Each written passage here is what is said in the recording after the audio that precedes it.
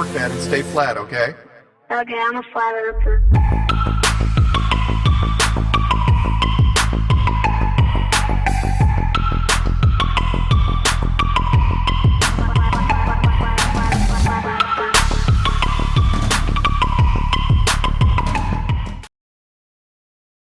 What's up, heathens? How y'all doing?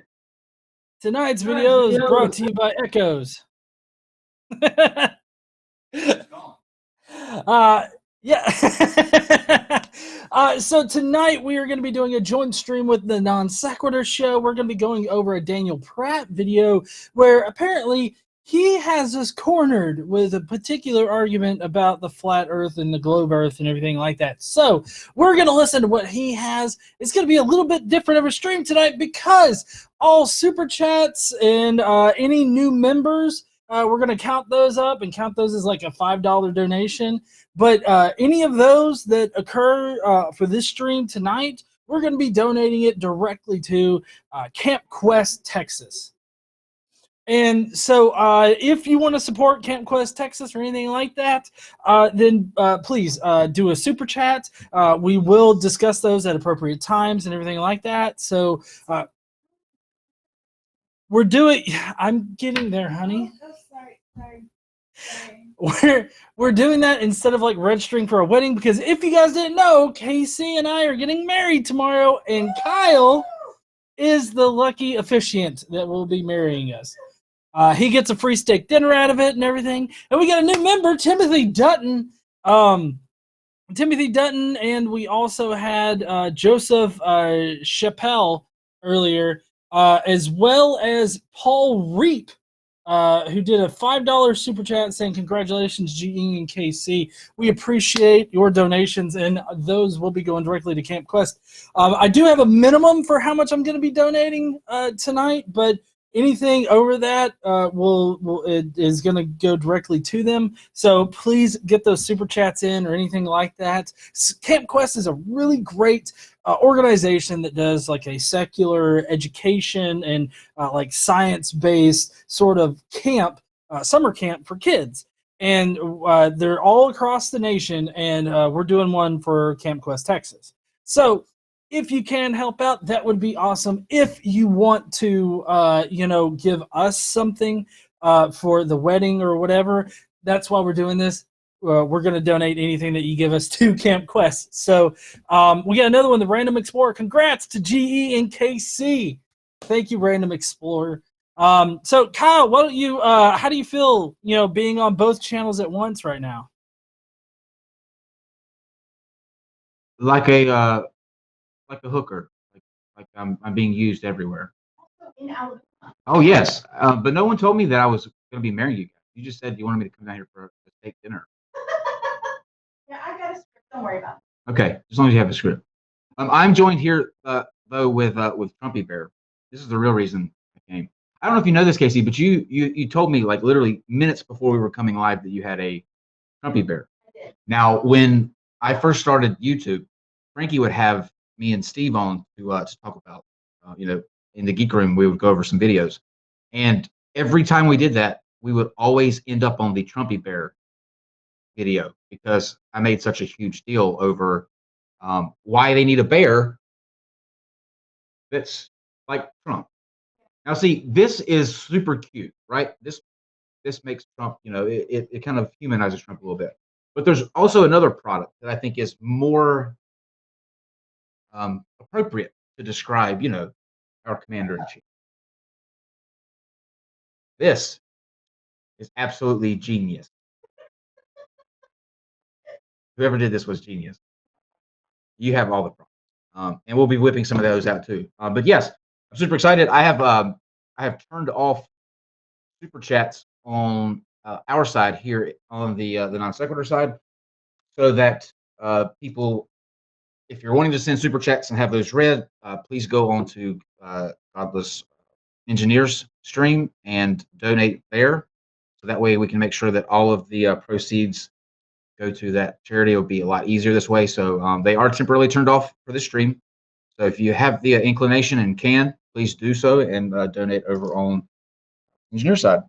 I am doing something tonight that I haven't done it since I've started, and that is getting a little tipsy in celebration, of course, for our two lovely people here. So you might see a different side of Kyle than you normally do. Don't judge me tomorrow. Do not judge me tomorrow.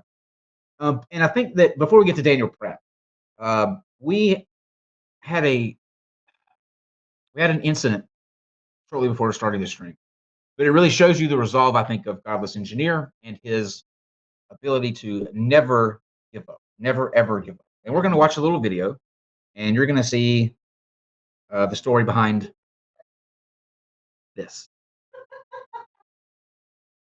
Kyle, Godless Engineer, I can't download that video through Facebook.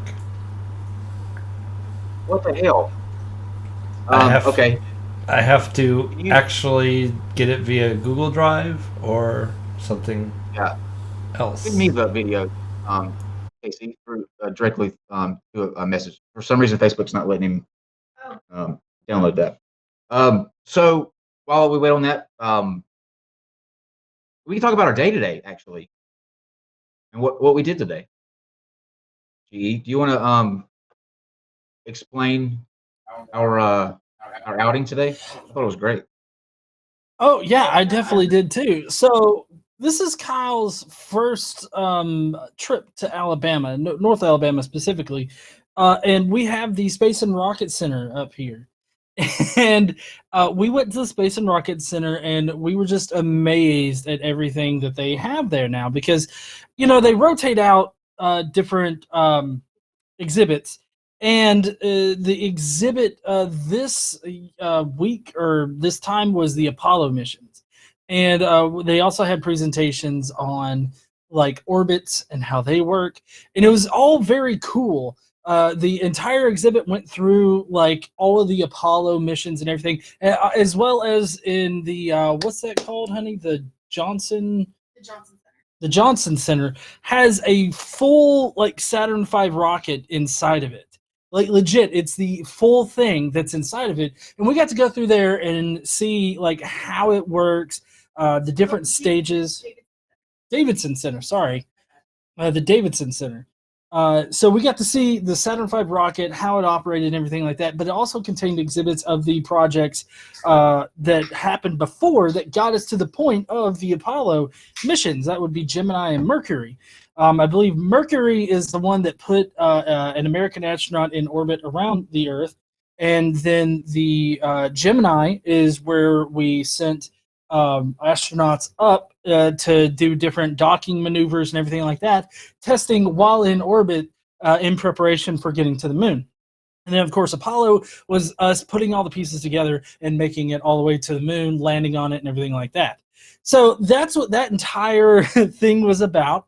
And then we did a lot of different things there, and we had a lot of fun. We got to touch a moon rock sexually, and that was interesting. Touching is putting it mildly. Molesting is more appropriate. We also another cool thing is that we got to talk to this guy named Brooke, and you'll see it in a video. I recorded the entire day, and us going to the different exhibits, and Casey and GE giving wonderful explanations of what everything was and how it worked. But we got to the brain, so to speak, of the Saturn V rocket, and there was a gentleman in the little display place there, obviously a NASA shill. You can spot them a mile away on this campus because they wear white lab coats, and yeah. So we got to talking to him, and he is actually a guy that worked on these rockets back in the 50s at the very start. And he is how old did we figure out he was? He was close to What does that card say? it was a 19. yes, he's close to 100. I think it was 1926, maybe 24. Yeah, 95. he's 95 years old. All right, and this guy is still in the involved in NASA and explaining to people how things work. Just the nicest guy. And so I took away from that is really irritating when you have a flat earther that tries to, shit all over that guy's life work, because here you have a 95-year-old man who could be, enjoying his time retiring. Instead, he's spending his days still there, still explaining how things work. And I got his contact information, and he said he would be happy to come on. So we're going to have him on and hear his story. Yeah, not tonight, but I want him to not see me when I'm buzzed. Yeah, that wouldn't be good. So Dave's got the video ready. We'll watch that real quick. We'll see how I got to my bottle of wine, and then we will talk to or hear from Mr. Pratt. Dave? All right, here we are in Alabama trying to open a bottle of wine with a screw that we use the screwdriver to screw into the cork. Oh, you got this. And a hammer, because Roll Tide. Pull straight up with it, if you can. Oh, Jesus. Do you want to come over here where you got countertop that's... You got this. Oh. You got this. You do not have this. Okay. Well, hey, look, we made progress. Where's that pointy? Hold on. There's the point. Here. That's right. Hold on, viewers. Here. Hold that.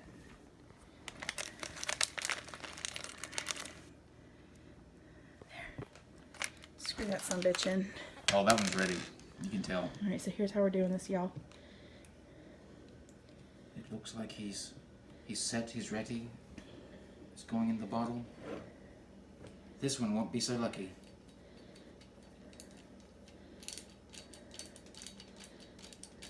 Oh yeah, that cork's done for. You can see the whatever a cork would have on its face when it's getting ready to give up. Well, honey, you gotta leave room to put the screwdriver. Oh, he's got it. Oh, okay. God, we're gonna go to the hospital the day before our wedding.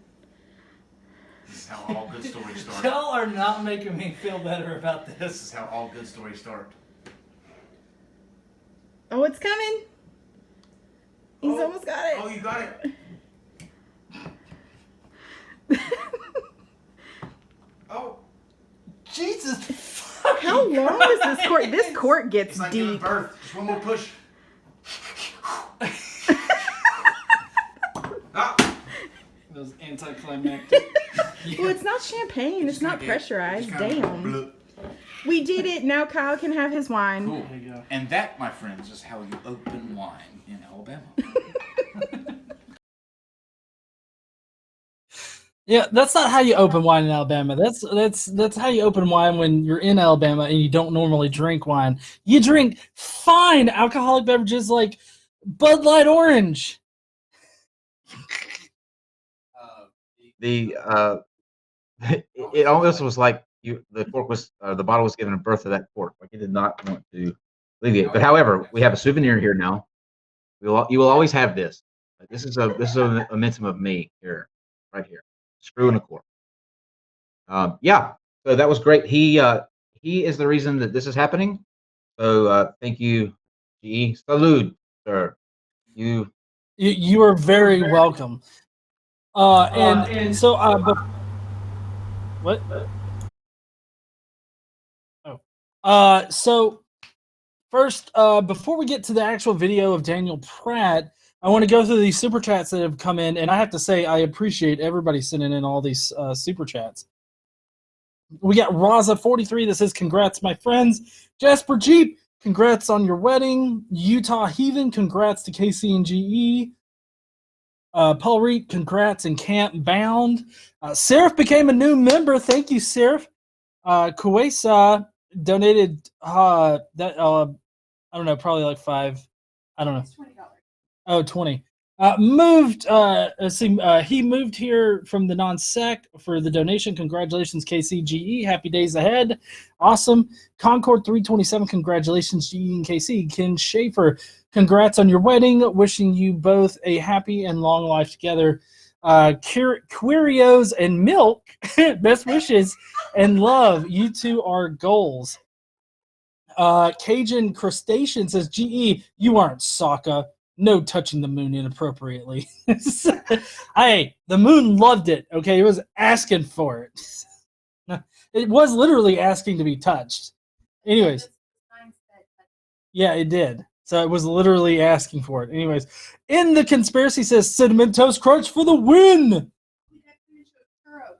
Yeah, we got churros tonight, and then also. Oh yes.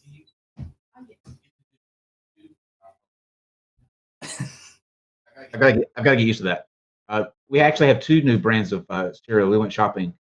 Cinnamon Toast Crunch in its victory for being the best cereal, hands down, no questions. It's not even up for discussion anymore. Cinnamon Toast Crunch won. But they also have new Cinnamon Toast Crunch churros. This is the shit. However, in a move that is almost evil, it's so good. Post counteracted with what could be a Southern person's. I mean, this is. No, it's like. Oh man, they didn't. Oh, they did. Oh, they fucking did. And the bananas are marshmallows. Oh, yeah, they're not marshmallows. They're meringue marshmallows. See, I didn't get one of those. I only got them. Oh, I got one. No, he went back in. Well, yes, vanilla, banana pudding. There we go. And they have meringue. I feel like Post should like pay me to endorse, or like I should be the cereal guy. They're just like they're the same exact consistency as the marshmallows in Lucky Charms. Lucky Charms. Mm-hmm. Genius though. Genius, Post. You came back for the win. Genius. Okay. Also, I'm going to throw something out there.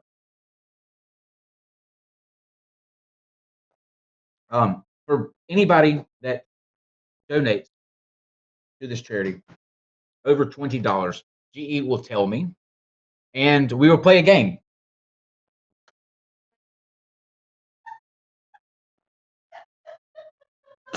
We will start with Jesus. If you've ever wondered what Jesus looks like as a rapper, as a businessman, as a matador, as a sheep, as a hippie, or as the Pope, for every $20 super chat and over, I will add an article of clothing to our man here, and you can tell me which direction you want him to go. So you have a matador, a businessman, a sheep, a frat bro, and a rapper. Yeah. Cool. All right. I guess let's G, you want to take us into Pratt? Well, hold on. I still got a few more super chats to read out before we get to Pratt, and then I'll read after Pratt. I'll read the rest of the super chats that come in, unless they are specific ones to address Jesus.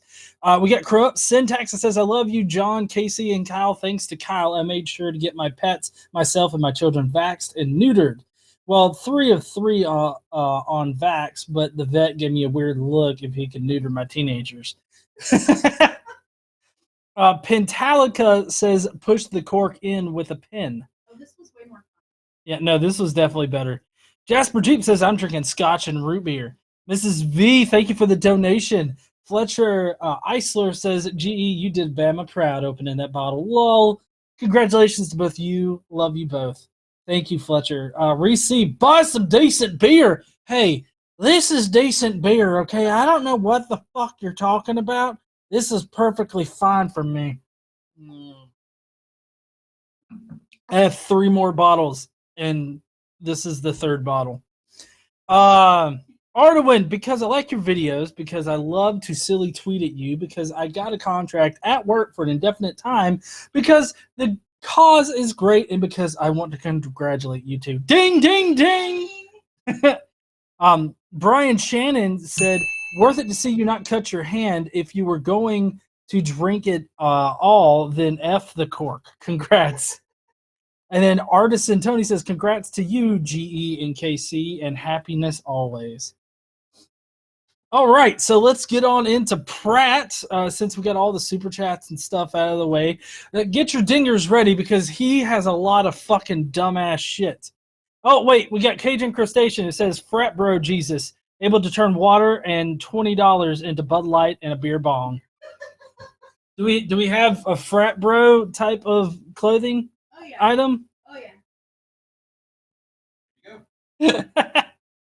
All right. So Dave, if we can bring up Okay, Pratt's kids. video. We're There we going go. to debunk Earth's rotation one more time. But first, we have to get some mathematical facts out of the way.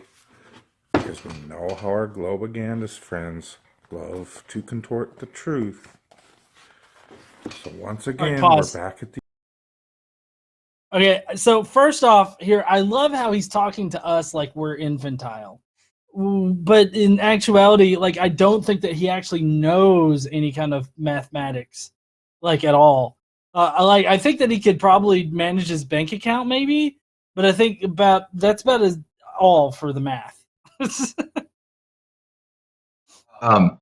He to me, like every time I watch one of his videos, it sounds like, or it seems like I'm watching a descent into madness. Like every single video, he just will start out in a way and ramble like he is losing his mind every single time he uploads video. Every time. I haven't seen one video that he's done where he's even attempted to make any sort of like valid point. I mean, and you'll see in this video, like I remember a few minutes ago, this is the video that you were playing like an hour ago, right? Yes, it is. And what was my question to you? Is this Sleeping Warrior? Is that? I said, is this guy losing his fucking mind? Like he literally sounds like he is losing his mind. He is definitely crazy, especially because he called us Globgandist, and I saw somebody mention, a few people mention how he said that. So he's combined the words propagandist with globe in order to suggest that we are somehow pushing like propaganda about the globe. But you see, the main thing about propaganda is that it has to be false, like in general. And nothing that supports the globe theory, if you will, is like propaganda, like at all. He's a flatgandist, is what he is. And just coupled with the fact of what he did with Team Skeptic, like I just really don't like this guy. You know, like he's funny to watch, and the points that he tries to make. Did you see the video of him and the fan, where he did that demonstration with the fan? Well, yeah. I mean, I've heard him talk about a fan. I haven't seen him do it actually with a fan.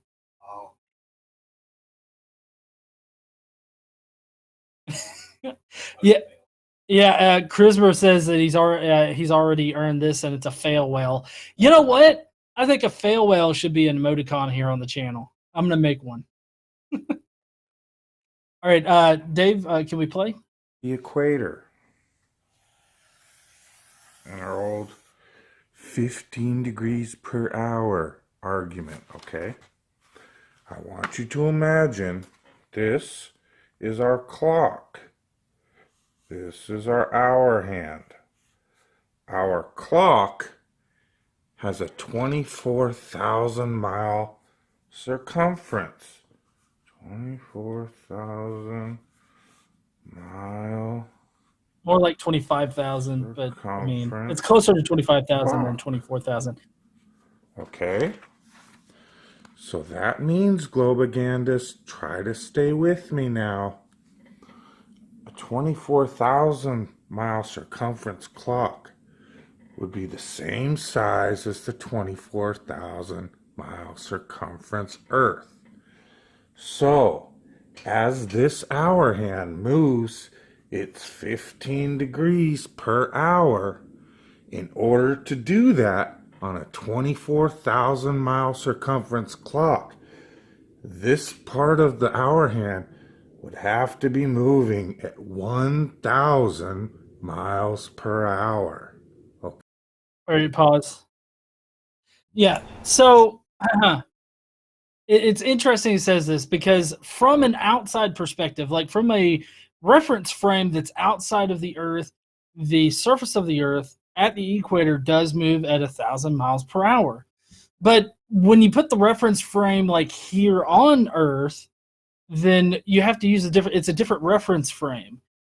So like here on Earth, I believe it's like 0.0067 or something like that radians per minute. Like it's the radial velocity of it is actually very slow.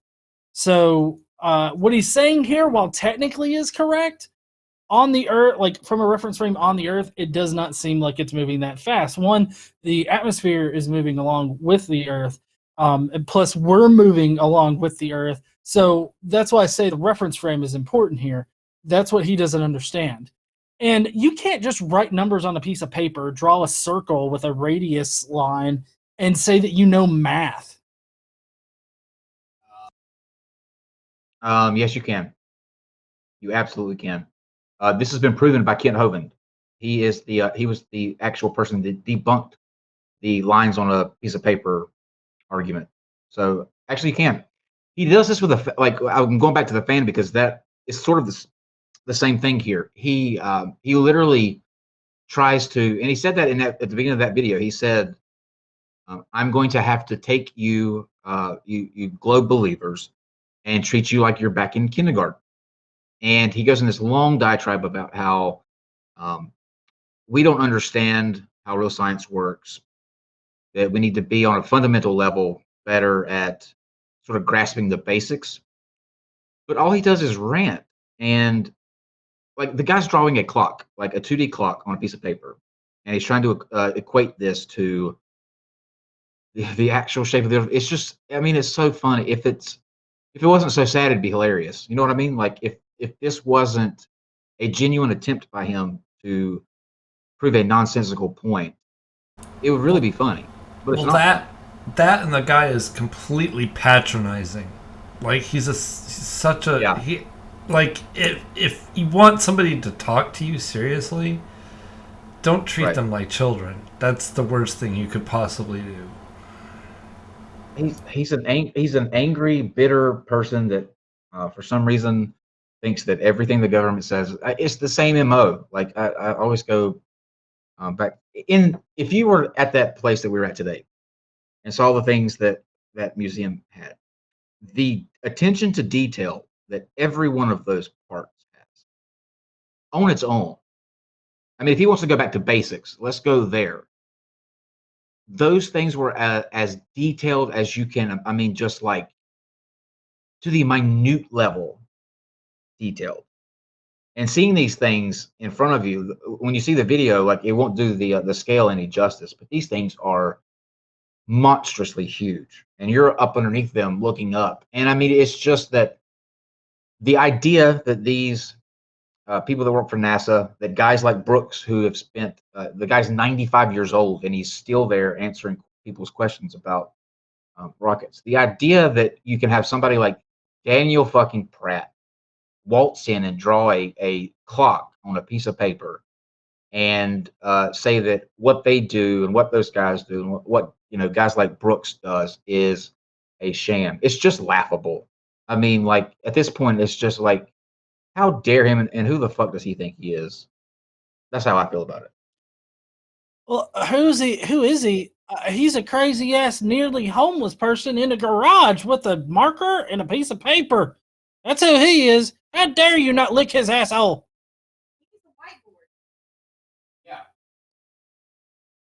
Yeah, we have a whiteboard. That's true. He needs a whiteboard, but I don't think that he can afford the like $60 for that level of a whiteboard. Paul Reap donated $20 earlier, and he didn't know about the whole Jesus thing, so he would like to see a rapper Jesus. What?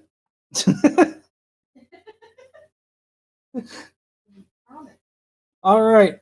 So, just so that everybody knows, for those of you that are just now coming in, we're taking super chats on the Godless Engineer channel, and anything above $20 will change the outfit of Jesus. But we're raising this money for Camp Quest. So if you want to give us money for the wedding, or you just want to give money to Camp Quest, on the GE channel, we have a link to their donate, or you can just donate through the super chats. And we appreciate everybody that's donating.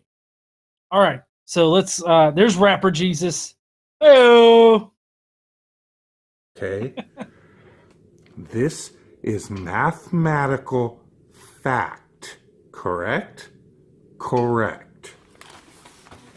Okay, so here is my very, very simple challenge to you, globe believers. All I am asking is the great minds of Flat Earth and Globagandus, if you'd like to actually participate in some real science for once, why can we not just build a treadmill, maybe 10 yards wide, 20 yards wide, whatever, okay? And we have it moving in this direction. We'll call that east, okay? So the treadmill is moving in this direction at 10 miles per hour, okay? And all I'm asking is have someone on that treadmill have 2 marks on the track of the treadmill here, okay? And just time that person walking to this one, okay? And then turning around in the other direction, time it walking this way.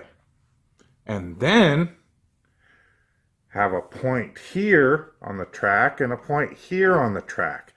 And I want you to time them walking this way to this point, and then we'll have one here and one here, or use the same one, and going north-south on a 10-mile-per-hour treadmill. And I want you to tell me that they don't feel any difference. I'm guessing they may be able to get away with it this direction, but as soon as they start trying to walk from this point to this point on a treadmill that's only going 10 miles per hour. Now remember, we just established the globe at the equator. Oh my God. Okay, so like there's been some people to point out how he doesn't understand relativity and how reference frames works and all that.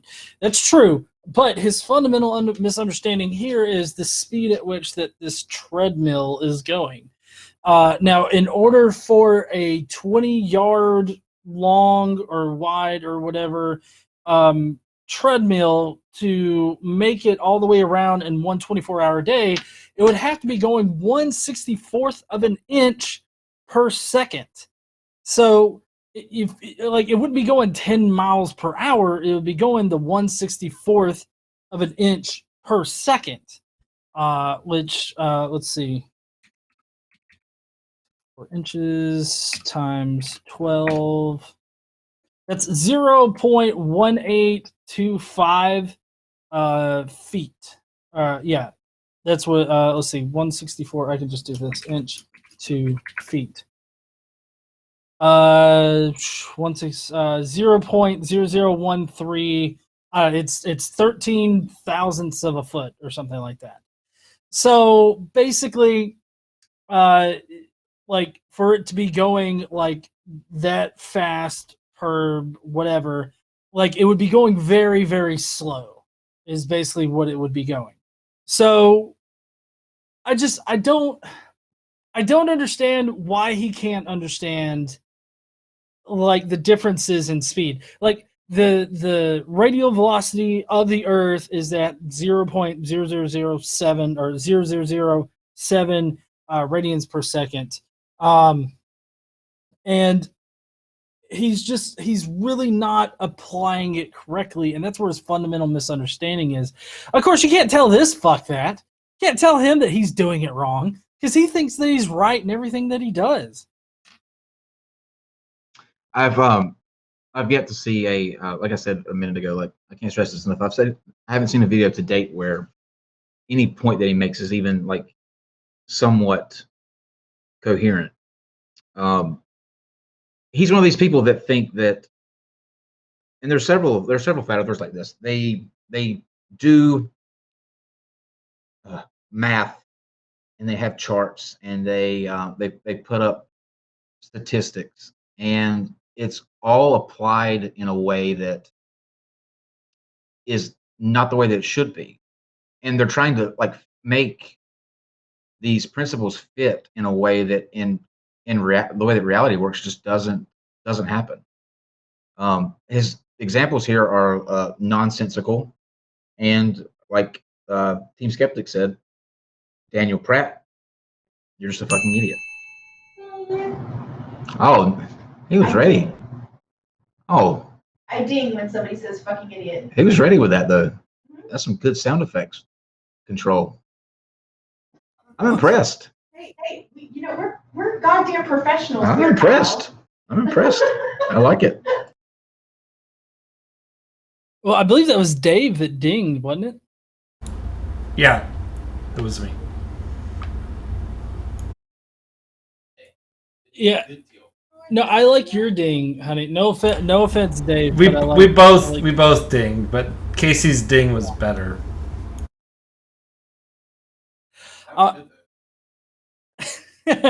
All right, let's go ahead and continue with dipshit here. In order to get that 15 degrees per hour on a 24,000 mile circumference clock has to be moving at 1,000 miles per hour. So on the Earth, the ground on this big old ball, which is just another shape of a treadmill, the ground is moving at 1,000 miles per hour. Supposedly. Pause. No, no. The Earth is a treadmill, guys. Earth is a treadmill. We're done here. All right, Earth is a treadmill. That's what he said. Why do I have the tune to "The World Is a Vampire" in my head now? The world is a treadmill. There is a treadmill. Dun, dun, dun, dun, dun. The world is a treadmill. Dun, dun, dun, dun, dun. That's actually really good. Like no, the ground is not moving that fast. Like the ground is not moving. He says that like he implies that it's like Turning across the right, like a treadmill. A treadmill runs on a belt, so the ground is literally moving beneath you, and you're having to keep pace with it. You know what I'm saying? Yeah. That makes sense. The ground is not like moving like a belt. It's the entire object itself spinning. You're moving with that object. It's not like a treadmill, Daniel Pratt. The ground is not like the games you play as a kid. It's not lava. Hey, if you ask our 9-year-old, sometimes it is. I mean, come on, like, really, like, give us something. I just pray for the day that we get something where it's like, huh, that's an interesting point, or I'm gonna have to look into that. But instead, you're here getting the the world is a treadmill. Get out. Well, I like how, I mean, he doesn't understand those fundamentals, but also, I mean, for him to compare it to a treadmill, I mean, I don't know. It seems like too ridiculous to take him seriously, but you know he's serious about this shit. He's always posting every single fucking day. He goes after Team Skeptic. He goes after, I believe he's been going after Sean Hawkins that's in the chat there. He's been going after him consistently, and it's at some point like it just comes like off as a desperate cry for attention. And I realize that I'm giving him attention by looking at this video like live, but at the same time, I mean, this entire argument is just so woefully stupid. The saddest thing about this is to watch a grown man like Mr. Pratt here think he has something, like genuinely think he's making a point that merits a a well measured and well received response. Like to say that the ground is moving like a treadmill. It's the same as Edgewise, who literally told us that back in the day the continents were stacked like a hamburger, and that it took a dragon that God sent down to unstack the continents and place them where they were. No, that's what this other guy thinks. But to me, it's like they will not stop for some reason coming out with these arguments. Like, they're arguments that are so dumb on their face. They make no sense, but they still come with them. Like, it doesn't matter to them. They're going to throw everything that they can until they see what sticks. Like, it doesn't matter how dumb, how just obviously proven wrong it is. They don't care. Every week we hear something on this show that's beats the week before. Like, I keep getting shocked. Like, when are they going to run out of dumb argument and just admit that they don't have an argument? Period. Well, yeah, and like he's wanting people to like walk in the different directions on it and see if they feel anything. Which I actually had a super chat, and it's relevant to this part. Bill Nicholson says, "We don't feel motion; we feel acceleration." Does he think it's harder to walk from the front of a plane to the back because you are working against the direction of flight? And I mean, you would be able to ask him that. Because, like somebody else pointed out in the chat, that he would just block you, or I don't know. He hates the whole train like analogy, like pointing out how if you're moving on a train or whatnot, you wouldn't feel the motion, you feel acceleration. Like, he hates being proven wrong. But also, like on the treadmill, moving as slow as it would need to move in order to model like the Earth correctly. I mean, people wouldn't have no problem walking back and forth, walking up and down. Like, it amazes me how dumb he is. I'm sure he does hate that argument about a train. I'm sure he hates the that question you just asked him about an airplane, because it demonstrably proves what he said to be just a pile of horseshit. And nobody wants to admit they're wrong. The thing that I don't get, though, is like, at this point, they're not even trying. Like, they're not even attempting to present I'll go back to this. We were talking about conspiracy cats earlier, and how I think that he does a really good job of not only pointing out where flat earthers get things wrong scientifically, but also pointing out like how just completely idiotic they look doing it. He did a stream with Anthony, and Nathan Oakley was like goading him to come on. Did you see this? No, I didn't. So Nathan Oakley's goading him to come on, and wanting to take him right there. And eventually the two get into a conversation. Nathan Oakley sat in silence most of that stream. The questions that Conspiracy Cat, different cat. A different cat. Yeah. The questions that he was asking, he couldn't answer. And when stumped, he would act like just a baby when conspiracy cats would like maybe butt in to say something. He would say, "You're not letting me speak. I'm not getting a voice." There were flat earthers in that chat that saw the job that Nathan Oakley had done and were getting on to Nathan Oakley about how much he had dropped the ball. They're just not even attempting to try anymore. Nathan Oakley talks all of that shit about conspiracy cats and Reds, and the moment that he's given the opportunity to do something about it or try to demonstrate the so many proofs that he has, he folds like a little napkin. It happens in this chat all the time. We have flat earthers galore in the chat. The moment that you ask them to come in and demonstrate what they say, or back up what they're claiming in the chat, bitch made all day long. It's just getting pathetic. I mean, it's really sad. It's getting very sad, the level by which the flat earthers are performing. And they need to, if there's any hope of them growing or spreading the truth, they need to start doing some shit, like trying to actually give a fuck and put an argument for it. Because right now it's just pathetic. It's a joke. It's laughable. Oh, it is definitely laughable. I love how these people have these totally shit arguments, and they think that they're actually saying something of worth. It's interesting. Anyways, let's go ahead with Daniel Pratt, though. And people have no problem walking north, south, east, west, and they don't feel any change in direction, any motion, anything. Okay, so then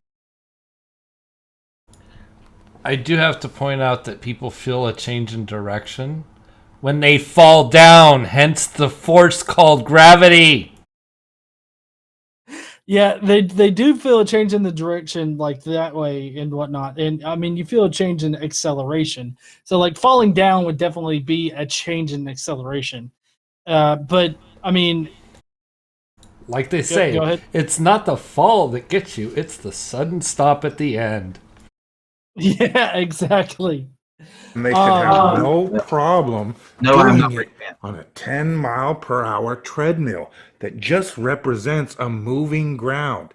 And don't tell me anything about get them on a truck, because that is not the ground moving. If you're walking on the bed of a truck, The ground that bed is stationary. And the No. See, it's what they latch onto a fundamental understanding of the way reality is, and they won't let it go, no matter how dumb it's. Like he literally just said, "Don't give me the example of the truck moving, because that proves me wrong, because that's not the ground moving. The ground is not moving. The truck is moving. The ground is stationary. The entirety of the planet is spinning as a whole, but that's not the ground independently moving. Do you think that he understands that, or he literally thinks that the ground is moving? If that was the case, you could literally get in a hot air balloon and just wait for whatever point on the planet that you want it to spin and come to you. Well, right, but he doesn't understand conservation of momentum or anything like that. And I have to say, Daniel Pratt, I'm getting married tomorrow. Get that kissy face away from me, bro. I'm not gonna kiss you, Daniel Pratt. wheels are moving. The wheels would be the treadmill. So no, this has to be a treadmill where the actual ground is moving. And I want you to Pause. time them.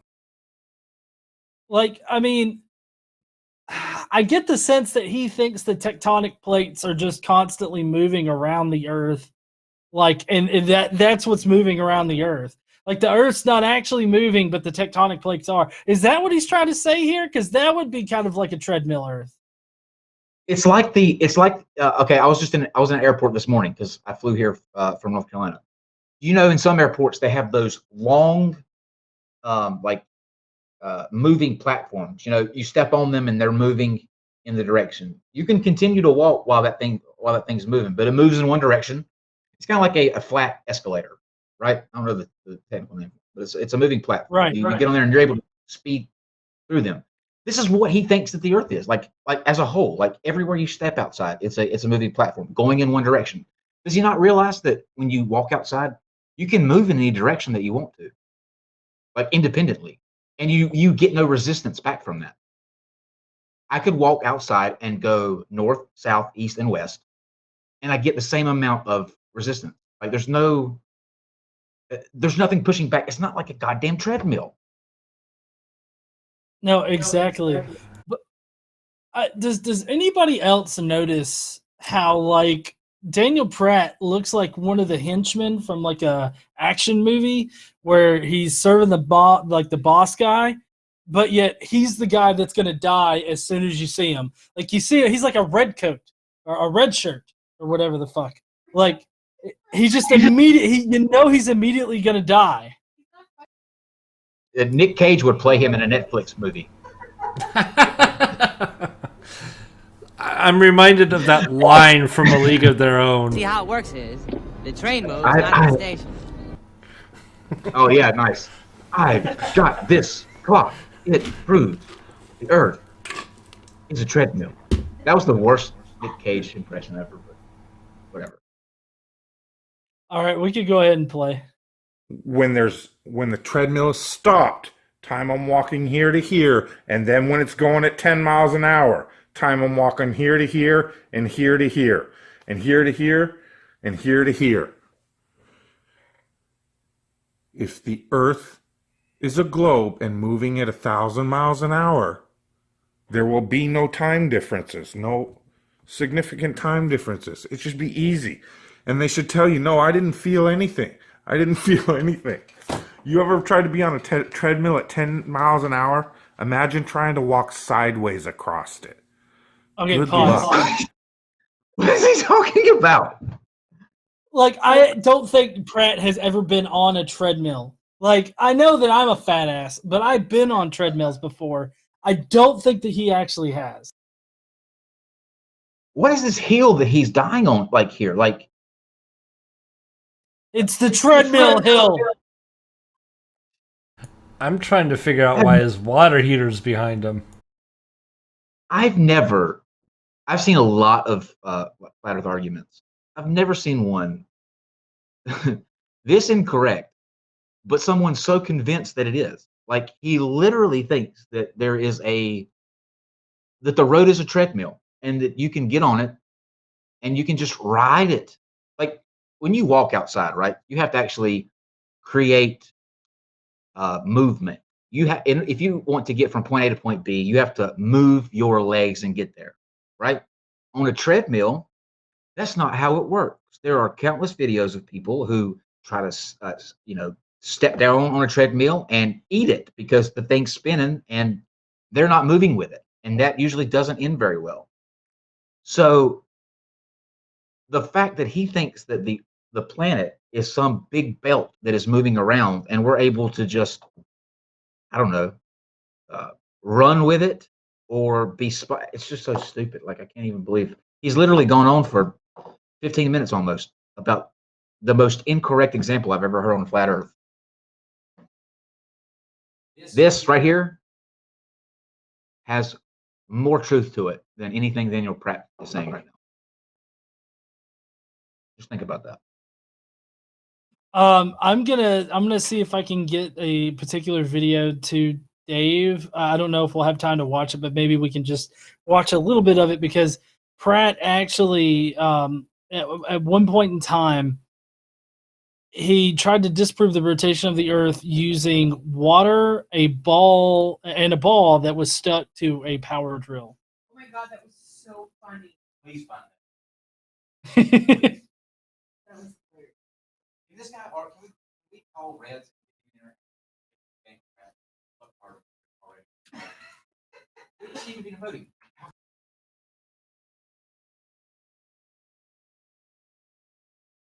We can't hear you, Kyle.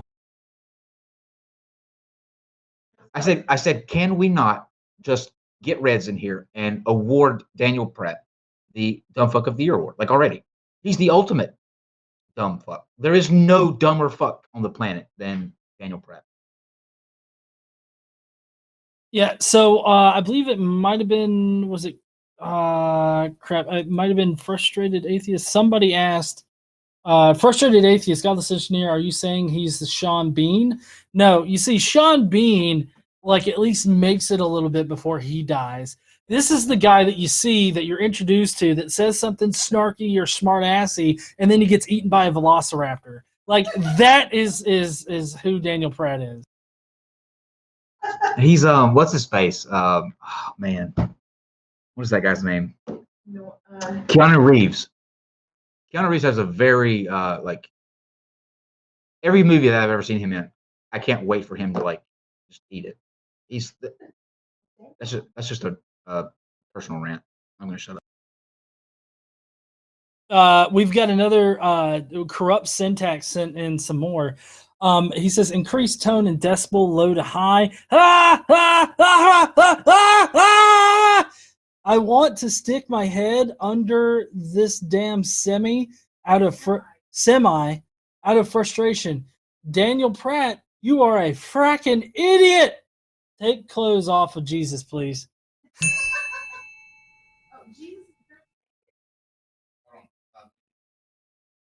Hold on, guys. I will give you for your viewing pleasure Magic Jesus in the style of Magic Mike. oh my god, Magic Mike Jesus. Do I need some music? Do we need some? Yeah.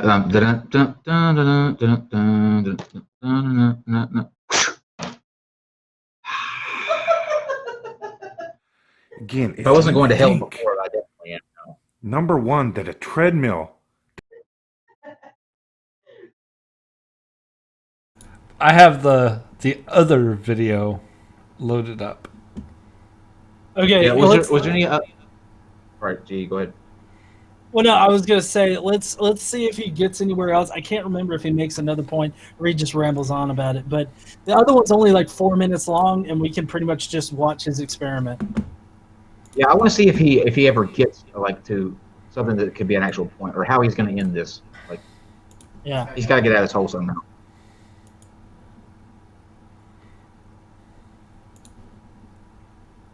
Or wait, Dave. Oh, Dave, can we go back to the other one? Dave. We're going to stay on the other video. It doesn't act the exact same as a spinning ball. Should I play him? Oh yeah, please. Thank you. Treadmill moving at 10 miles an hour is going to act the same as a spinning ball moving 10 miles an hour, whether it's 10 feet in diameter or 24,000 miles in circumference. It doesn't matter. It's one giant treadmill. And at the equator, in order for that hour hand to move 15 degrees, it's doing 1,000 miles per hour. So the Earth, the land you're walking on at the equator, once again, has to be moving at 1,000 miles an hour below your feet. So humans that walk around on those conditions all day, every day, supposedly, should have no problem getting on a treadmill going at 10 miles an hour and walking every different direction and not feeling any change in motion or any balance problems or anything. Well, I would agree that they wouldn't if you had set up your experiment properly. If you have the treadmill going at a speed that is congruent with the Earth rotating, like is comparable, not congruent, but comparable to the Earth rotating, once in a 24-hour day.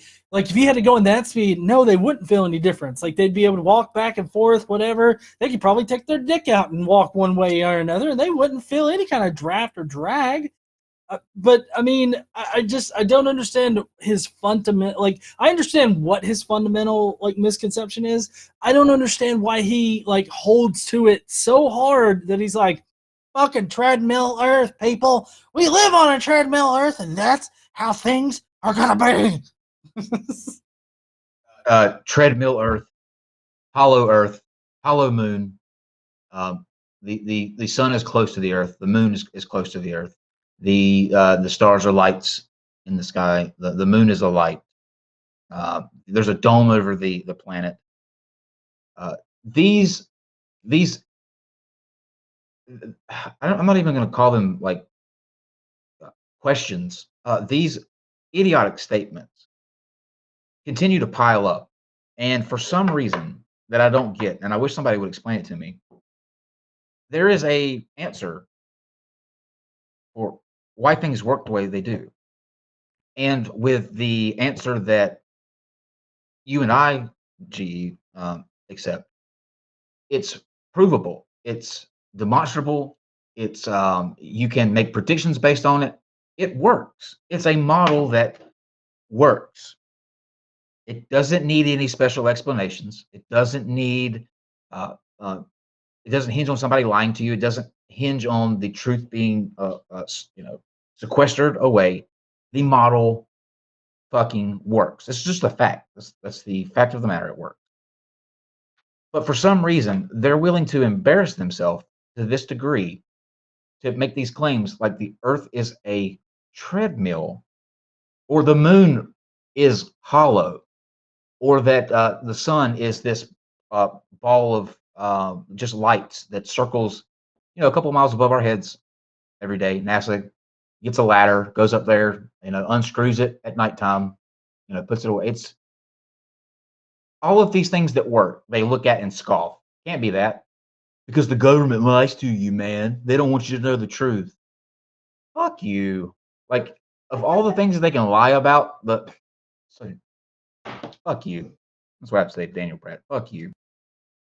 Well, and especially after what we saw today, because what we saw today was like mountains upon mountains of evidence of like us going to the moon, of like the Earth being round, and like all of the mathematics that goes into like rocket science and shit. Like, it amazes me that they can still be so fucking crazy. It's not like it's not real. I don't believe them when they say this. Like for the most part, there are a couple, yes, but I don't believe the majority of them when they say that they honestly believe that the Earth is flat. This is a group of people, and I'm convinced of this. This is a group of people who, at their core, for some way, for whatever reason, are okay with being dishonest. They're okay with getting behind this battle flag of the flat Earth because it's the cool jaded club. They've been persecuted. They're they're the outsiders. Everybody's against them. This is a club for the persecuted, a club for the jaded. And when you have people that like Bob from Globebuster, like Jeranism, every one of these individuals have had instances where they have been proven to either be absolutely lying out of their ass or to be completely wrong or to inadvertently prove that the earth is a goddamn globe like science says it is. And when that happens, what do? Do they do like most people would if they're shown information that contradicts what they believe and can be shown to be wrong and can be shown what the correct answer is? I'll take an example that happened with me and the Sphinx. I was a huge proponent of the Sphinx being older than what they tell us that it is. I had show after show after show of this, of people, I had questions. I didn't feel like they got answered. I continued on with the conspiracy until Dr. Bob Schneeker came on. He explained things to me. The questions that I had, he was able to explain in a way I understood, and I could not deny that he was correct on that. That is the most likely case. And so I admitted at that show that I was wrong. That the science and evidence points to it actually being the age that it says it is. And that's because I would much rather be correct than to hold to some jilted lovers club because they think the government lied to them about. Yes, the government lies to you.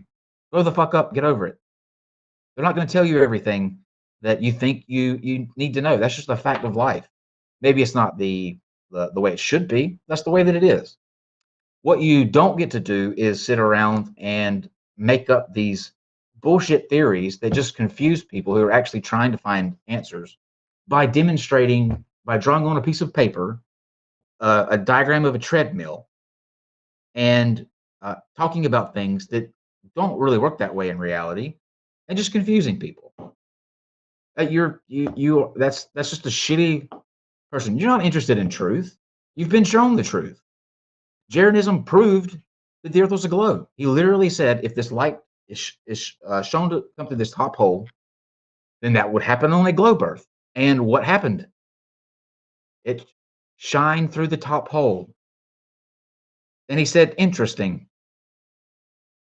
Not, I'm wrong, or wow, maybe I need to look into this a little bit more.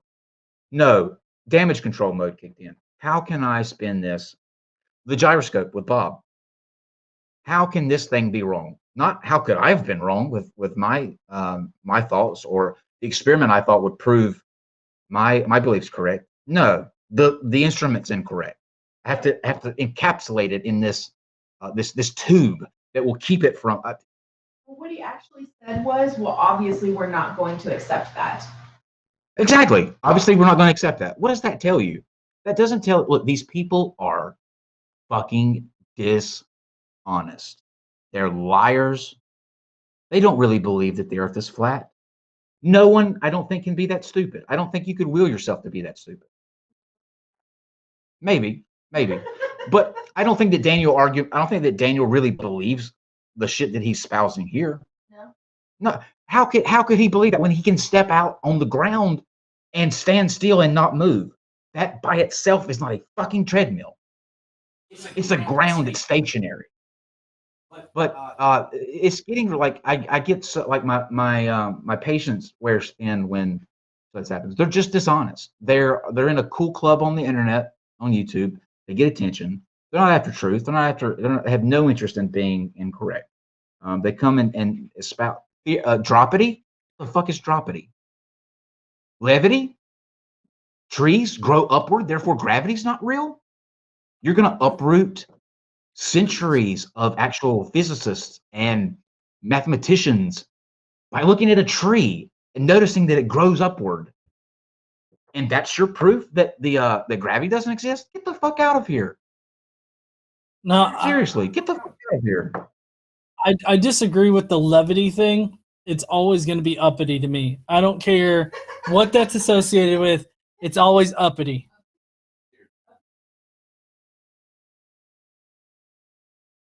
But so I think that's pretty much it for him. He probably goes on to a supervillain laugh at some point after this. But I don't know. Are you guys ready to see the ball? Yeah. Okay. Dave, can you switch to the ball one? Did you just ask people if they wanted to see your balls? No. That's what I heard. What? Fake news. See that it's the same drill I showed in the other video. Clamp's just there to try to make it a little more sturdy. This is some fucking and if I backwards clamp it down ass on the engineering housing, I've it ever seen. squeezes on the motor and messes with the drill as it's spinning. So, and there is the ball. There's my tape measure.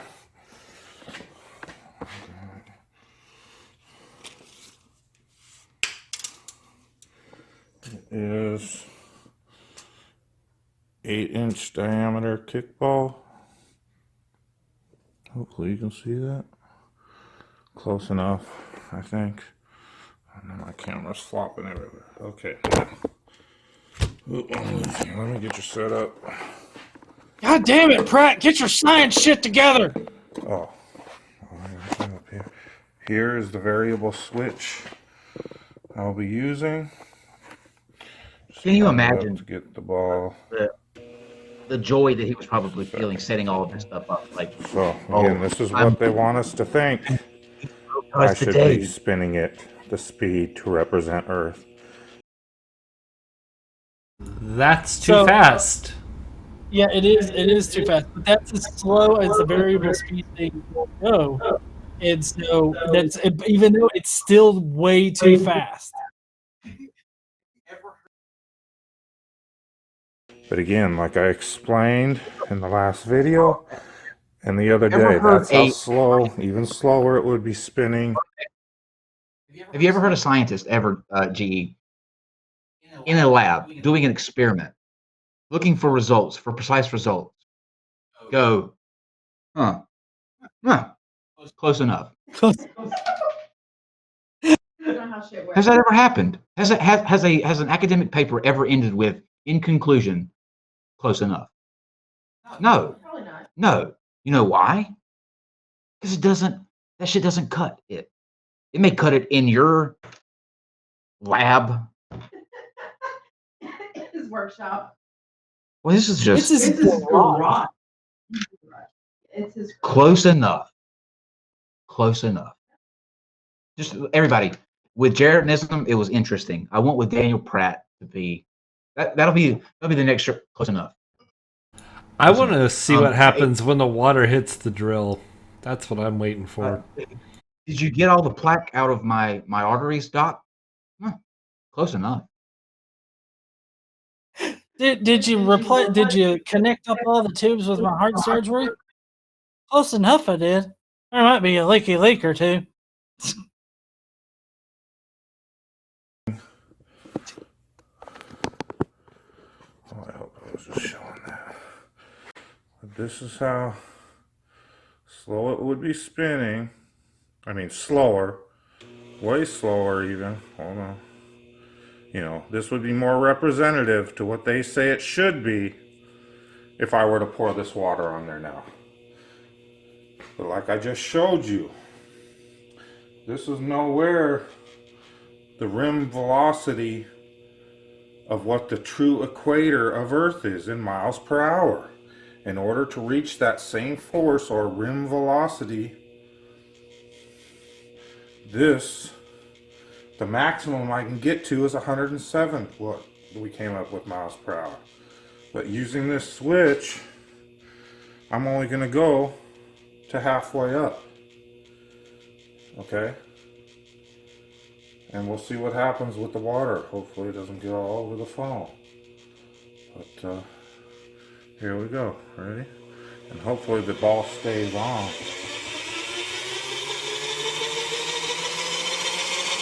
Okay, so I'm going to show you. This is only halfway up.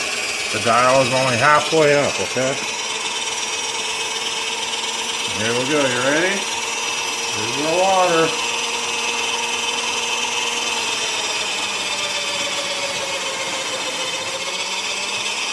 See how it hasn't even covered half the ball? The amount of level of stupid in this video is overwhelming. Like, Water wasn't poured on the earth. That's so fucking dumb. I'm having an anxiety attack over here, like literally watching this. Like, this is triggering me so bad. GE, you go first. Okay, so he starts out with the thing moving way too fast already, but he says, "Oh, this is more like what it would be."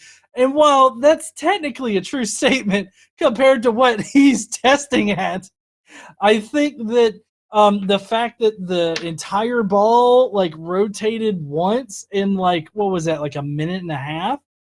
That's obviously too fast. Like, you have to make it rotate at a slow enough speed to where it would rotate all the way around once in a day. Next, I don't know who he thinks is pouring water onto the earth as it's spinning, but that is by far the most interesting way to get water onto the earth.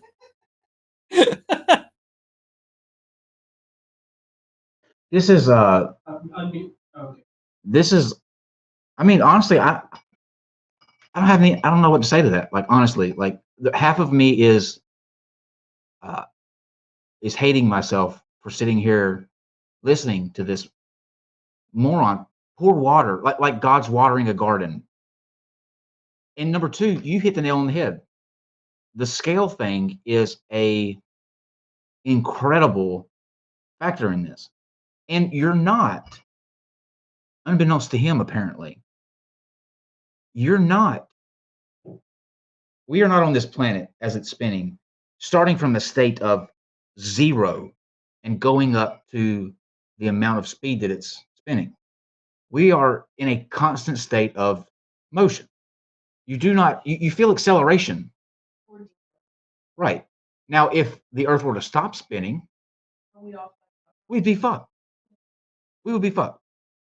But the same way that you can, that a fly in your car going down the highway at, 85 miles an hour, if you have a bug in your car, it can still fly. It can still fly around. Now, how is that possible? If the car's going 80 miles an hour down the highway, why isn't the bug flat against the back windshield? Why? Because I mean, it's like, I feel like my little cousin. I have a little cousin she turns 6, I believe. I believe she would laugh at this. Like, I literally think I could sit her down in this chair and say, "Watch this man and tell me what you think," and she would laugh at him in ridicule. A 6-year-old, because Xander facepalm. This is a failure of the academic, the education system. This is the result of why critical thinking is important and should be taught in schools. You should be taught how to be able to look at 2 instances of information and decide, based on being rational and using logic, which of those choices are correct. And that's just not what's happening. I don't know. I mean, what do you say? What do you say to this? Well, at this point, I feel like Daniel Pratt is, a fucking idiot. Oh, nice. I mean, I really don't think there's any other way to explain this. other than to just because it's this stupid. I mean, he literally has a call like glued to a grill and has it spinning around so fast it looks like it's about to fall off. And he thinks this model is how fast the Earth is supposed to move. It's like, I really, I'm unmuted. I really enjoyed for the the first 24 episodes that we did of Flaturday. They were bringing, not good arguments, but they were questions that, the average person who's conspiracy minded, you could see why they're asking them. You couldn't understand and really side with them once they got an answer, but you could sort of see where they would have this question. It was at a point in time there was the questions were legitimate. Now the answers were legitimate, the answers were true, and once they got them, they should have accepted them. But there was a point in time where the questions were good. They were they sparked a conversation. This stuff is just pointless. It's a desperate attempt to keep something going that's just. I mean, how many times can you honestly explain gravity to somebody that thinks that it's just because this thing is heavier than the air, it fall down? And at what point is it their responsibility to seek out those answers? The experiments that you can do. How many times have we extended? I know I've extended on this show probably 4. Dr. John Kroon was here. He was going to incorporate his class that he taught. He was a teacher with a flat earther. Come do these experiments with me. Come out here and let's do them together. You'll have your side. You can bring up your disagreements with them. I'll have mine. We can compare data. Not one person, not one, took him up on that. Why? If you're looking for truth, if you're really actively looking for the truth, and you have somebody that's willing to pay for the experiments, to go through them with you, allowing you to come in and do them, if you're really looking for the truth, why don't you do that? Why? Well, there's an obvious reason why. Because if you are forced to look yourself out in the real world in a demonstrably proven experiment that you're wrong, then you have to come to terms with that. And as long as you can continue to be in a garage and doing experiments that come to the conclusion of, well, close enough, and you're okay with that, well, that's you. I'm not okay with close enough. I like knowing. Some people may be okay with close enough. But don't lecture the people that actually, take the time to learn the facts about the way things are and really are searching for, an honest position of truth, and do shit like this.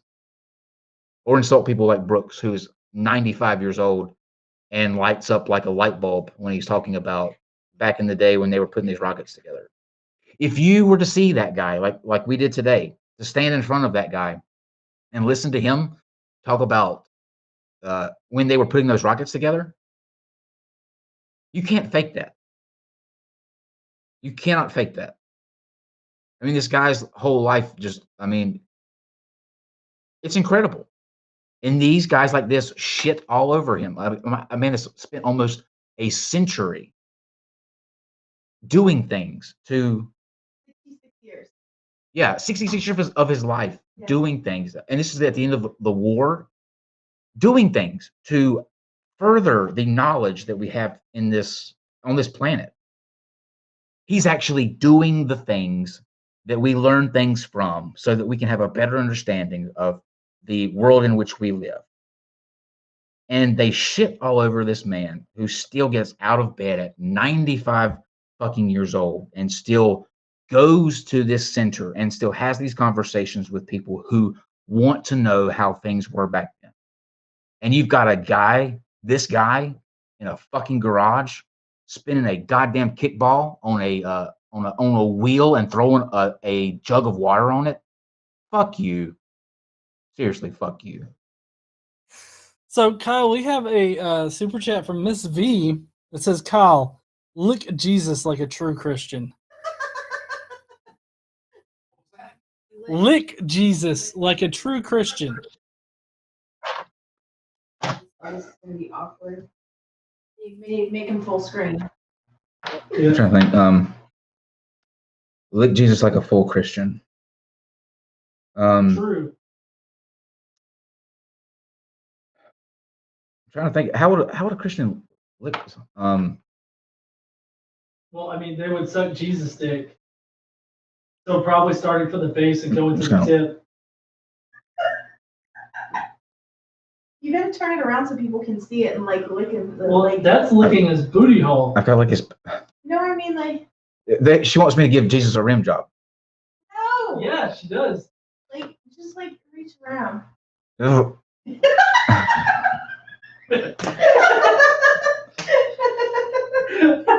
Wow. I hope you got a lot for that. It was $20. It was worth it. Okay. Absolutely. How does he taste? Heavenly, divine. Okay, so we thank everybody that is super chatting in for Camp Quest.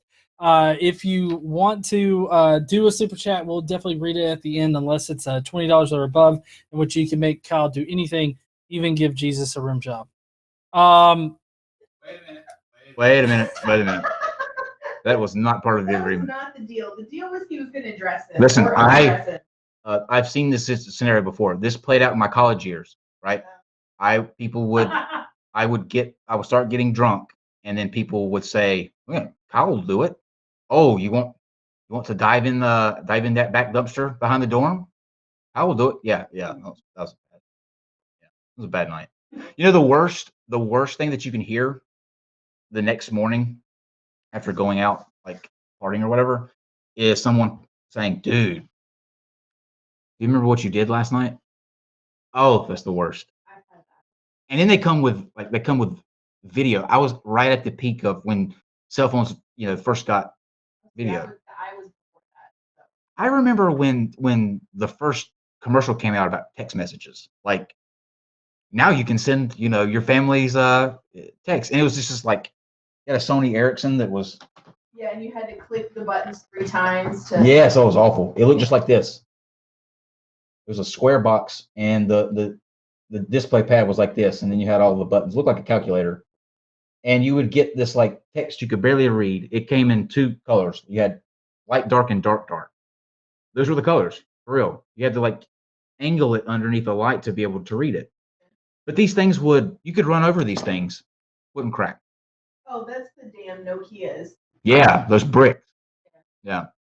Somebody suggested that we tell people what we're doing again with the super chats. Okay. So for the super chat, can you mute Kyle? Oh yeah, my bad. Sorry.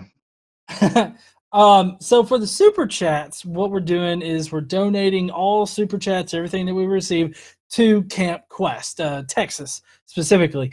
We're helping them out, raise some money for that particular camp this summer. This is in lieu of us getting any kind of like donations or whatnot, because we're getting married. And so if you want to donate to us as like a wedding gift or whatnot, that's fine. You can do that.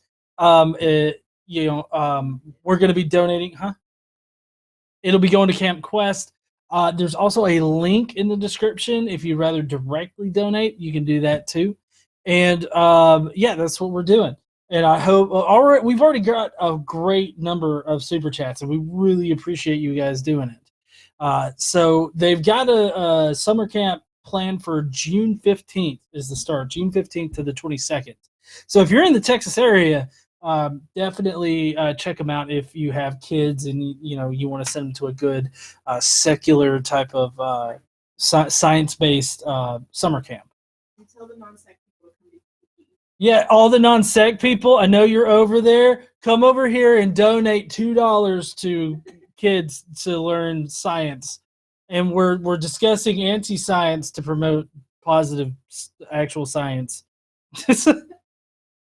All right, so do we want to go ahead and finish out this video from Pratt? It's only got like a minute or so left. We might as well. If we collectively as a team, you, me, Casey, Dave, and this live chat have made it through this long, I think we owe it to everyone to show that we can finish out. All right, awesome. So go ahead, Dave. I'm going to regret saying that.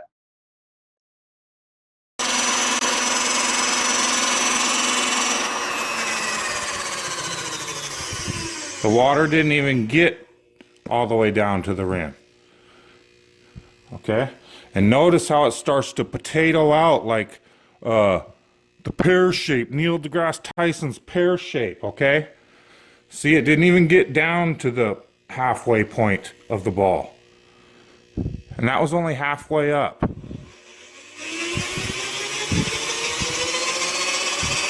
See how it starts to flatten out? And that's only at maybe 60 miles per hour rim velocity. Now, obviously, the Earth is a little harder than that, so it would take a little longer. But after billions of years, we got the wobble in there and everything. So, there you go, ladies and gentlemen, at maximum 70 miles an hour rim velocity. There's no way that water is staying on this sphere. I showed you with the machinist's handbook that I have to say something here. The machinist handbook has fuck all to do with the shape of the Earth, and that is sacrilege for you to even bring it up, buddy. Yeah, well, I mean, you know how they love to use inappropriate like material in order to describe shit, because like they use the 8 inches per mile squared, which produces a parabola rather than a circle. So, I mean, it doesn't really surprise me that he's using a machinist handbook in order to prove that the Earth doesn't spin.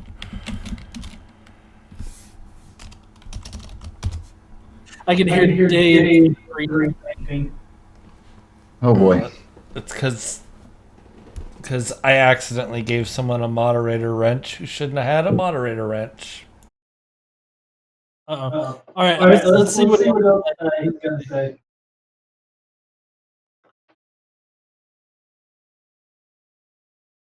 destructive force of rim velocity is independent of the radius. In other words, it doesn't matter what size the sphere is. The destructive force and the repellent force of water against gravity is clearly at a much lower point than 1,000 miles per hour. And I just proved it in Mom's basement. Have a great night. Oh. Well. Finally, a saving grace in this stream. That was it. As Jon Stewart would say, your moment of Zen. It all comes full circle.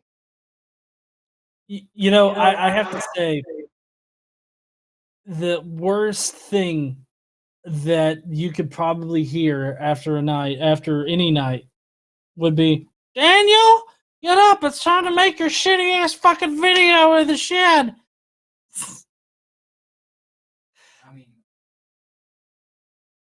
I mean, oh boy. Did he say it was in his mom's? Yes, he said it. Oh, I just proved this in Mom's basement. Yeah, bless his heart. No, not bless his heart. Again, just because you live in your mom's basement, okay, that's neither here nor there, right? We're not going to judge him on that. Some people, it's more economical. I don't begrudge him of that. I begrudge him for being a complete fucking moron. I begrudge him for thinking that the ground is a fucking treadmill, for thinking that he can spin a ball on a machine and then splash water on it. I begrudge him for that shit. The mom in a basement thing is just him putting himself in a stereotype that we were all thinking. maybe he's fucking with everybody. Could be, and in that case, he would be a troll on a grand scale. But no, I don't. I'm not making fun of him for living in his mom's basement. It's just something that we all were thinking, and he, you know, he acknowledged it for us. GeoSam says, "Now clean up all that water from my floor." So I really don't think that he is like trolling anybody.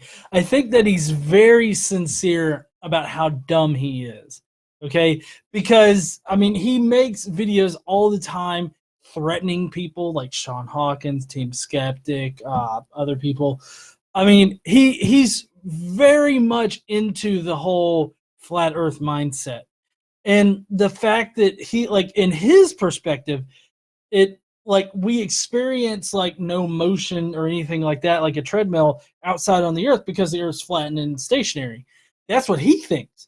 And so he thinks that by pointing out how, oh, the earth supposedly moves at a certain speed, like in rotational speed, he's trying to do like a reductio absurdum or something like that, trying to show how ludicrous, so absurd it is to think that the earth is actually revolving, you know, at the speeds that it supposedly is. And his basic misconception is the fact that he doesn't know how to do proper science. Like, if he knew how to set up a science experiment properly, he would know that spinning that fucking kickball at however fast he was spinning it, 60 miles an hour, 70 miles. I don't really know if that was true or not, how fast he was spinning it, but he's got to know that that is way faster than what the earth actually spins at in the actual globe model. Like, you have to take the radial speed of it, which is the 0.0007 radians per minute or per second. I can't remember. I think it's RPM, so rotations per, not radians, rotations per minute. That's right. So yeah, I don't know. It's fucking. He's basically, he's a fucking idiot. He doesn't know he's a fucking idiot, but yet he's gonna continue to do fucking idiot things. Ding, ding, and ding. And just to put some of the rest, I heard somebody the other day say that just because people go to school for years and they have letters behind their name and they have a plaque on the wall, it doesn't make them any smarter than them on certain issues. Yes, it does. Yes, it does. That's exactly what that means. When it doesn't make them smarter than them on all the things, but on that thing, yeah. No, maybe not on all the things, but on the things that they're speaking of, yeah, in that field. Like, for example, Dr. Saigar, who's a biologist. When you have somebody like George Lujack telling a biologist how biology works, and then saying, well, just because he has a piece of paper hanging on the wall and he's got letters behind his name, doesn't make him any smarter. Yes, it does. That's why they get those letters. That's why they get that paper, because they are smarter than you and they know more than you do. And you need to be okay with that fact. You need to be okay with the fact that you're not going to know everything, despite you thinking that you do, or that you thinking that people that have those things are somehow shills, or like it's so easy to go to someone who knows about the subject and say you're a shill, or you're lying, or you're you're just trying to perpetuate the lie. It's so easy. What they don't do is they don't do a whole lot of proving them wrong, right? But you never have them actually hand over an example where, okay, doctor, this is where you're incorrect. They say a lot of, well, he's got all those letters behind his name. That doesn't make him smart. He just thinks he's the shit. A lot of this kind of talk, but no actual like proving. Why? Why can't they disprove these things? They don't know what the fuck they're talking about. Exactly.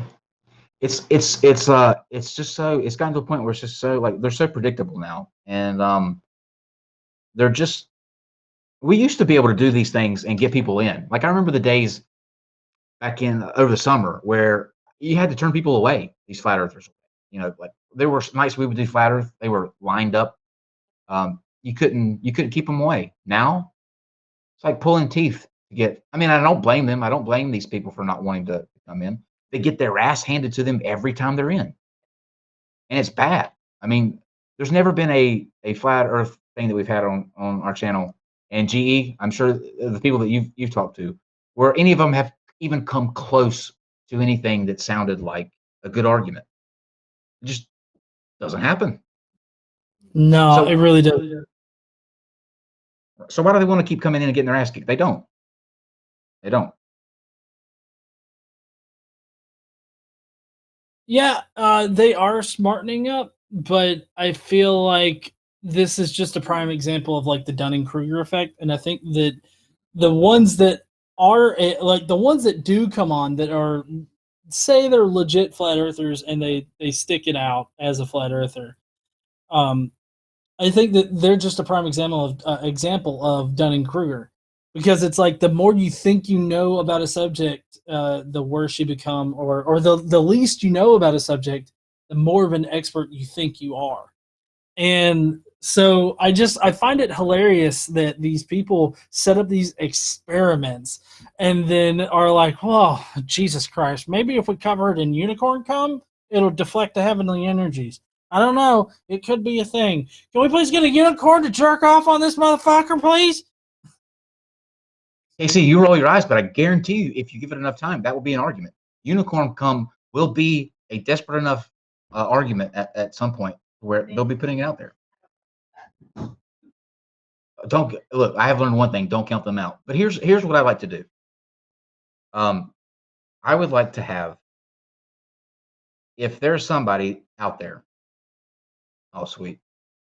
This is the themes in the back. You're gonna stand that way. Listen, I'm about to lay out a serious challenge, and I don't think that it could be any more like better put out there than with this rainbow dildo on my head. Oh, sorry. I don't think it could sound any better than this rainbow unicorn horn on my head. I will delete non sequitur from YouTube. Every video, every trace that non sequitur was ever a thing on YouTube. If I can get one flat earth to give me a model that works and can't be explained by the globe model. One example, just fucking one. I will delete every single video off of this channel. I will never touch another flat earth debate. You will never hear me say another word about the shape of the earth. If you guys, you thousands of you, can give me one demonstrable model that works and can't be accounted for by a globe. And that's in front. I'm saying this here in front of everyone. That is my word. I would delete every video. Just give me one. Just one. Well, you heard it here, there, flat earthers that might be watching. If you've got a decent model to give him, he'll delete everything off the channel. I don't think that you're going to be able to do it, but you're welcome to try. So we're ready to get to. All right.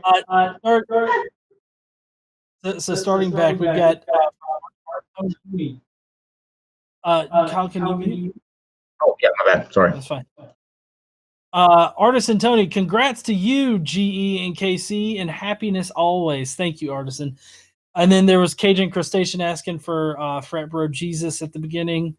And then we've got Flem. Hi, congratulations. And then Teresa Ferris. Damn it! Now I have to add Globe Candace to my resume. Ferris. Sorry, Ferris. Curve Pimp Hentkowski, the laughing jester, says he's a dummy at the brass rail. Okay. Paul Reap, I'm drinking. Donate. Oh, that was Paul's Rapper Jesus request. Bill Nicholson, we don't feel motion, we feel acceleration. We read this earlier, but it's still pertinent. Does he think it's harder to walk from the front of the plane to the back just because you're working against the direction of the flight? Yes, he does. The Ambarian Night for them kids. Thank you. Chris Kelling, he will never be wrong because he has insight and we are the idiots for not seeing his warped view. We will never win an argument with a flurfer. Well, I think that depends on who's actually like looking at the conversation. Like to the flat earther, they've never lost an argument whatsoever. But like to the rest of reality, they fucking lost every time. Corrupt Syntax says increased tone, decibel. Oh yeah. That was the take Jesus' clothes off. Flint Reed says, congratulations, KC and GE. You guys and Kyle are all wonderful. Have an awesome day and a wonderful life, too. Thank you, Flint. And then Who's Your Atheist says, my phone just alerted me that you're live. Pre-congrats on the upcoming nuptials. It's getting close. Tomorrow's the day. Tomorrow afternoon, we're going to be Mr. and Mrs. Gleason. So I know we're both excited for that. John Rapp, thank you for donating to the Camp Quest. Miss V asking for licking of Jesus. Sorry, it moved down for some reason. Corrupt Syntax. This is not the fault of the schools. This is intentional ignorance. This is wanting to feel woke or special due to a lack of it in real life. I can agree with that. Chris Kelly. Happy pre-wedding to Godless Engineer and Caitlin Chloe. I hope you have many happy years together. Thank you, Chris. We really appreciate that. S. Weingar says, I'm tired of this flat earth shit, but STL Brews makes it better. I work on flight simulation software, and this shit makes my head want to explode. Have a wonderful wedding, GE and Casey. Thank you there, Weingar. Scott Sufert says, what else does he do in his mom's basement? Obviously masturbate. Michael W. Roble, don't smoke or drink when you're pregnant, or this could be your child in the basement. The more you know. We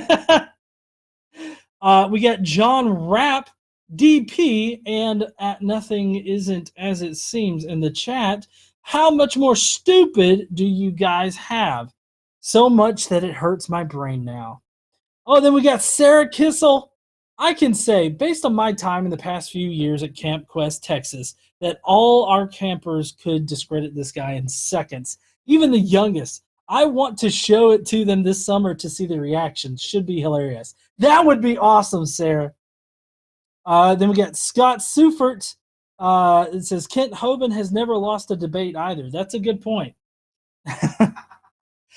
Sarah in the chat there is leading the way for the Camp Quest, and she's kind of who we've been working with and stuff for Camp Quest, and we're going to be donating directly towards them. So we thank everybody for the super chats. We got one that came in, Dave Cowdrey, saying, congrats, KC and GE. GE, does this mean that you are no longer a beta? I was never a beta. What are you talking about? I'm always alpha. Beta? That's amazing.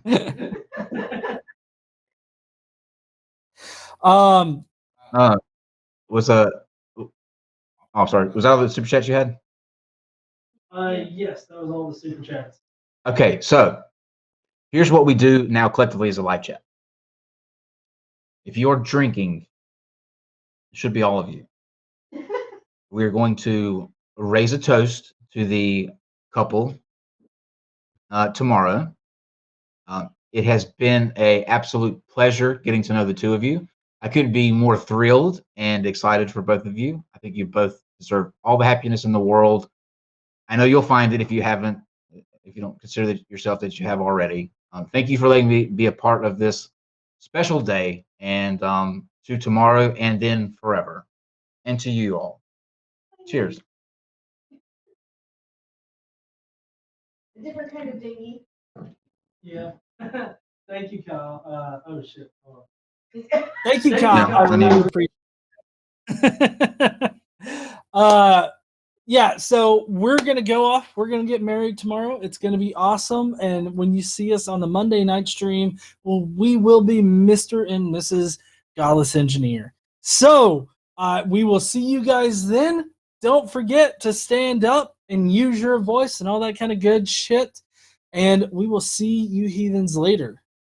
Bye, y'all.